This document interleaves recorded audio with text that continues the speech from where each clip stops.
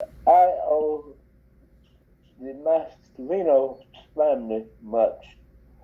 I, I grew up with them and I learned from them. And Hawk Massalina was a compassionate man, and he was always doing something nice for somebody, helping people in the life.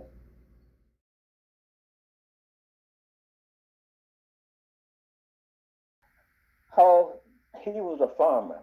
I mean, he wasn't a guy who had a garden in the backyard.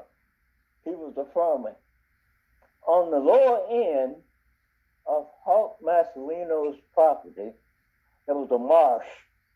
And somehow he knew how to dam that marsh up and have the water, for the most part, to drain into the bay through a terracotta pipe.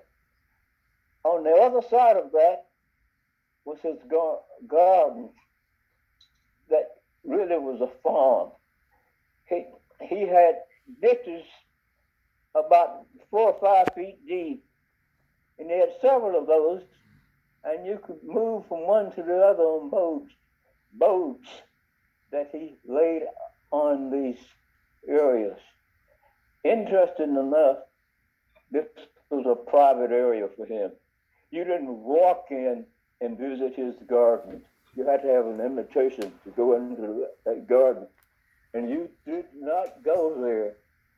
Occasionally, Hawk and LJ had to go down and do some cave-ins had fallen in, and they would have to bail it out and dig it out and that type of thing. And I would get a chance to go many times down there with them to see what kind of garden was taking place. And it was fascinating to me because he had the reputation of growing cabbages that had a head 4 and 5 pounds. He had not just cabbages, but he had a variety of vegetables in that garden. I'll tell you something else that was very interesting about this. As he drained that water from that area to do his garden, the pipe ran into the bay. But it wasn't a big deal, but he had to have it in his memory, because if he didn't have it in his memory, he was going to be in real trouble with Hawk Massalina, because that was one of the things that he required of his people.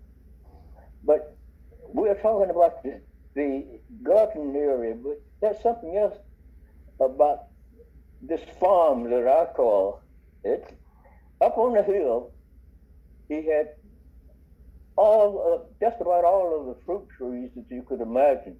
He had these, as you turned the corner from the beach, there was a pear tree.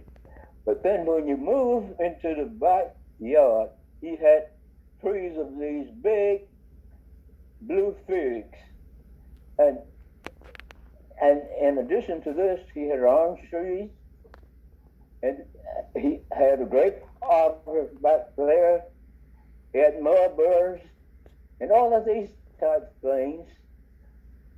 And while he had all of these kinds of things going on, he still had chickens and hogs and cattle.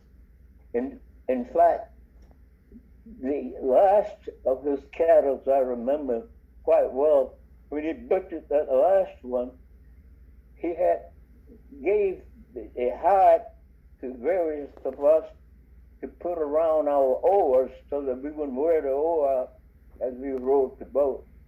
And that was give you a kind of a capsule of the real farm he had. It was a farm. And they followed through on it.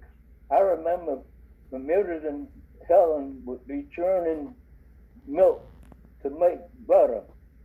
So he did the whole works. I was a little guy, but I remember when all of this happened.